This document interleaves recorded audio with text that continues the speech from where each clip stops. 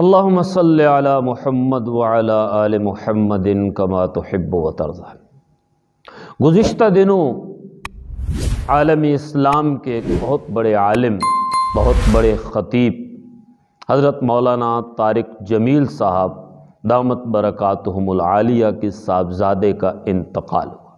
انا للہ و انا الیہ راجعون۔ یقیناً یہ ایک بہت بڑا صدمہ، ایک بہت تکلیف دہ عمل تھا۔ ایک باپ کے لیے یہ تکلیف برداشت کرنا بہت مشکل ہے، اور جو واقعہ سرزد ہوا ہے وہ واقعہ ویسے بھی بڑا خوفناک ہے اور دل کو ہلا دینے والا ہے۔ لیکن اس موقع کے اوپر ہمارے سوشل میڈیا نے اور جو مولانا کے ساتھ اختلاف رکھنے والا طبقہ ہے، جس رویے کا انہوں نے انداز اپنایا ہے، یہ اسلام کے سراسر خلاف۔ یعنی ایک شخص جس کا بیٹا، اس کی میت اس کے گھر کے اندر پڑی ہوئی ہے، اور اس کے بارے میں یہ کہا جائے کہ اس کو قتل کر دیا گیا ہے، وہ بالکل ٹھیک تھا اور ناچاکیوں کی بنیاد پر اس نے خودکشی کر لی ہے، اس طرح کا جھوٹ پھیلایا جائے۔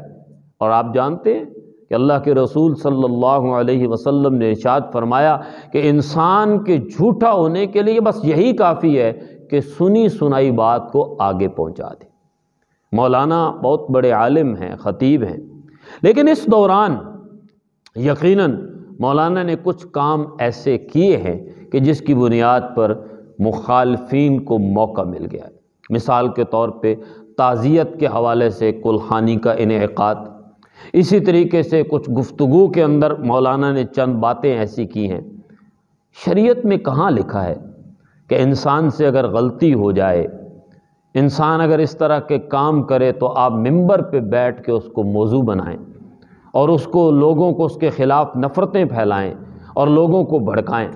آپ کا کام بنتا ہے ان کے پاس جائیں، ان سے تعزیت کریں، ان سے سوال کر لیں، علمی حوالے سے ان کو جواب دے دیں، ان کو سمجھا دیں۔ کہیں غلطی کوتاہی ہوئی، وہ بڑے آدمی ہیں، وہ اپنی غلطی کو تسلیم کر لیں گے۔ اگر کوئی غلطی ہو سکتا ہے کہ کچھ حالات نے ان کو ایسا مجبور کر دیا ہو سکتا ہے ہم سے بہتر دلیل ان کے پاس موجود ہو۔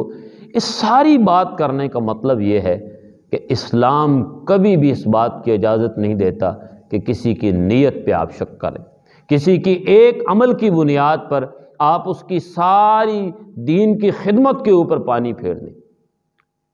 کسی حوالے سے بھی، صرف مولانا طارق جمیل صاحب نہیں، کسی کے حوالے سے بھی، کسی مسلمان کے ساتھ بھی اس طرح کا واقعہ پیش آ جائے، وہ چاہے کسی مسلک کا بھی ہو، وہ چاہے کسی فرقہ کا بھی ہو، اسے کبھی بھی سوشل میڈیا کی دنیا، کیا ہمارے پاس اور موضوعات نہیں ہیں؟ امت بکھری پڑی ہے، امت ٹوٹی پڑی ہے، بجائے یہ کہ امت کو جوڑا جائے ان حالات میں کہ ہم فلسطین کے حوالے سے آواز اٹھائیں، ان کی مظلوموں کے حوالے سے آواز اٹھائیں۔ اس موقع کے اوپر بھی ہم کسی کی موت کے اوپر ایک ایسا ہنگامہ بپا کر کے بیٹھے اور اپنی خطابت کے جوہر دکھا رہے ہیں اور اپنے مسلک اور فرقے کو مضبوط کرنے کے لیے اس کو دلیل کے طور پہ پیش کر رہے ہیں۔ میرا خیال ہے یہ دین کی خدمت نہیں ہے۔ اللہ تعالی ہم سب کو سمجھ عطا فرمائے۔